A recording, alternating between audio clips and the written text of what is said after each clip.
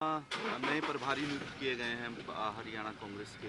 किस तरीके से देखते हैं मैम और कितनी मजबूती मिलेगी इस फैसले के बाद? देखिए, ये तो बिल्कुल एक रेगुलर फीचर है और अच्छी बात है कि हरियाणा प्रदेश कांग्रेस कमेटी के लिए शक्ति सिंह गोविल जी जो है बहुत ही वरिष्ठ और एक्सपीरियंस्ड नेता हैं। उनको हरियाणा प्रदेश का प्रभारी लगाया गया है और ऐसे समय में जबकि हरियाणा में भारत जोड़ो यात्रा जो आदरणीय राहुल गांधी जी की है वो प्रवेश करने वाली है, तो हम समझते हैं कि उनके नेतृत्व में पहले भी अच्छे ढंग से, अभी कांग्रेस में आज अच्छे ढंग से हम लोग कार्य कर रहे हैं और ज़्यादा मजबूती मिलने का काम होगा।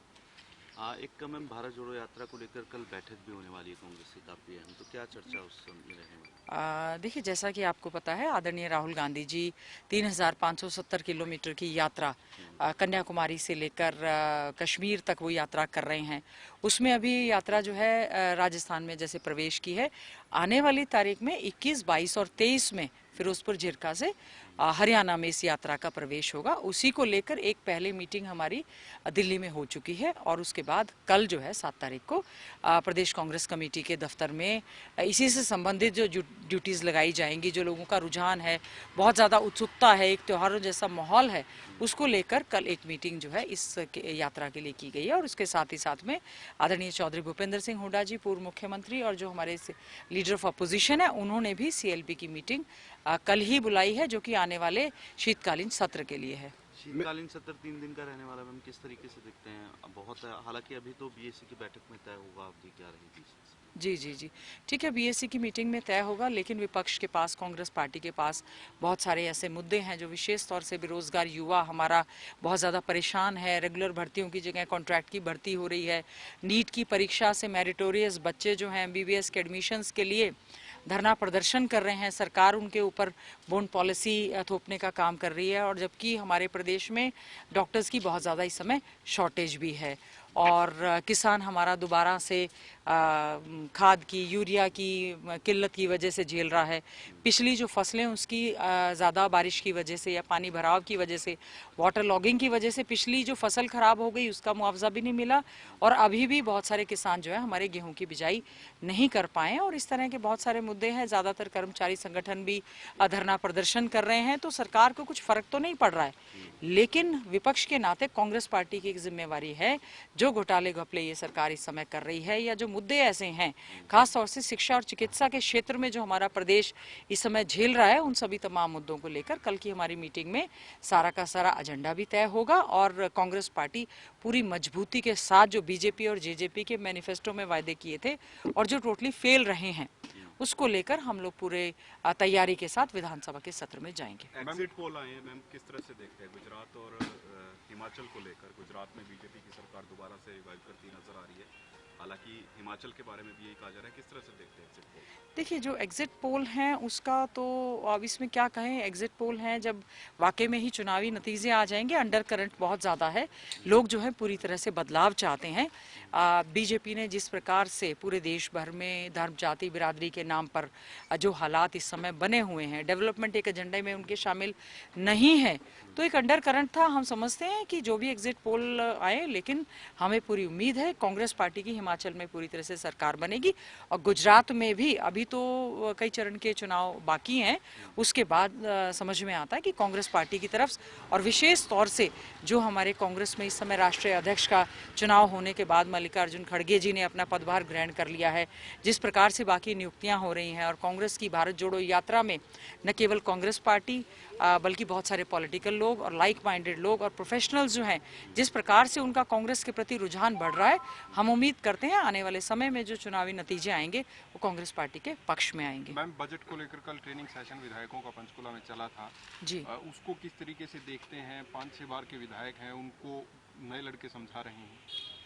देखिए, हमने ये जानने का प्रयास किया, हरियाणा विधानसभा की तरफ से माननीय स्पीकर महोदय ने ये प्रयास करवाया, अच्छी बात है, किया जाना चाहिए। लेकिन हमें ये था कि लगातार अब तो 2 साल इस सरकार के रह गए, 2 बजट रह गए। सबसे ज़्यादा ट्रेनिंग की आवश्यकता जो है, माननीय मुख्यमंत्री जी, प्रदेश के जो वित्त मंत्री हैं, वो बार बार सभी जो स्टेक होल्डर्स हैं उनसे बात करते हैं और फिर कहते हैं मैं उसके बाद बजट पेश कर रहा हूँ। और हम विधायक बार बार 5 साल अपने हलके की मांगे उठाते हैं और मुख्यमंत्री जी कहते हैं हर विधायक को 5 करोड़ रुपए देंगे, 25 करोड़ रुपया सड़कों का देंगे, समान विकास करवाएंगे, सबका साथ सबका विकास, और नारे बहुत सारे अच्छे अच्छे दिए जाते हैं। लेकिन मुख्यमंत्री जी के वित्त मंत्री होने के नाते उन्हें मालूम है कि आज किस समय जो बुढ़ापा पेंशन लगातार 5 लाख लोगों से ज़्यादा की काट दी, किसानों को ना मुआवजा मिल रहा है, न किसानों को फसलों के सही दाम मिल रहे हैं, न बेरोजगारी भत्ता मिल रहा है, न बेरोजगार युवाओं को सही ढंग से रोजगार मिल रहा है। हमारे क्षेत्रों में तो खासतौर पर हमारे क्षेत्रों में क्या पूरे हरियाणा के सड़कों की बद से बदतर हालत हुई पड़ी है। वाटर लॉगिंग की वजह से जो फसलें नहीं बुनी उससे किसानों को मुआवजा अतिशीघ्र गिरदावरी करवानी चाहिए थी। पोर्टल पे पोर्टल एक और क्षतिपूर्ति पोर्टल बना दिया है, और जबकि पोर्टल्स तो हैक हो रहे हैं।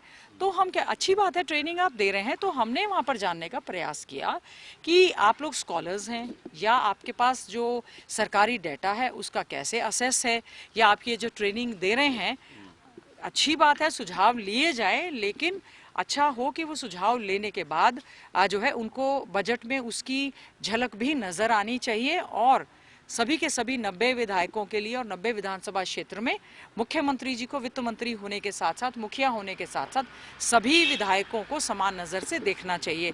और विशेष तौर से अब जो ग्रामीण अंचल में पंचायती राज की वजह से जो सरकार का गठन हुआ है, 2 साल बाद जाके सरपंच, पंच, जिला परिषद के चेयरमैन बने हैं, उसमें भी बार बार मैं बीजेपी के अध्यक्ष और मुख्यमंत्री जी की स्टेटमेंट सुन रही थी। उन्होंने कहा कि अगर आप सरकार के को समर्थन करते हैं तो आपके क्षेत्र में विकास ज्यादा होंगे।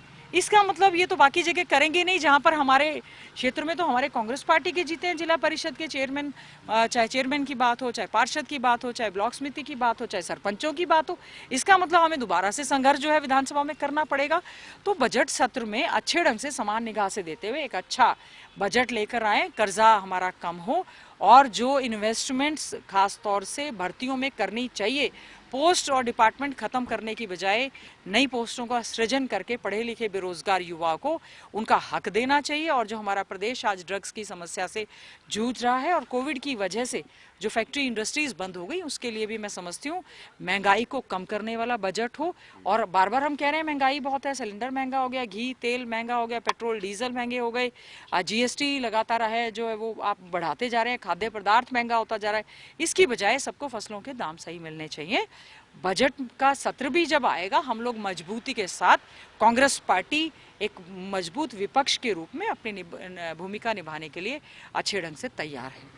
मैम, कुमारी शैलजा को छत्तीसगढ़ का प्रभारी बनाया गया है, हरियाणा कांग्रेस के लिए कितनी बड़ी वो देखते हैं आप? देखिए, हरियाणा के लिए बहुत ही अच्छी बात है कि हमारी प्रदेश की पूर्व अध्यक्ष हैं, केंद्र में पूर्व में मंत्री रही हैं, उनको जनरल सेक्रेटरी इंचार्ज छत्तीसगढ़ में जहां पर कांग्रेस की सरकार है वहां का उनको इंचार्ज बनाया गया है। आने वाले समय में हम उम्मीद करते हैं छत्तीसगढ़ में कांग्रेस पार्टी की सरकार भूपेश बघेल जी के नेतृत्व में जिस प्रकार से उन्होंने बहुत ही अच्छे ढंग से कार्य किया है, हम उम्मीद करते हैं आने वाले चुनाव में थम्पिंग मेजॉरिटी के साथ हमारी वहां पर कांग्रेस पार्टी की सरकार बनेगी।